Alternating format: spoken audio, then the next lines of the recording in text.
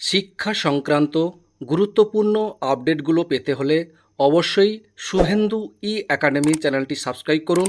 পাশে থাকা bell আইকনটিতে click করে ভিডিওটি বেশি বেশি করে শেয়ার করুন।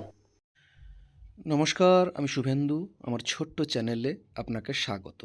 অত্যন্ত গুরুত্বপূর্ণ একটি আপডেট ডিএ সংক্রান্ত। দেখুন, রাজ্য বাজেট ডিএ বৃদ্ধি করতে পারে সরকার।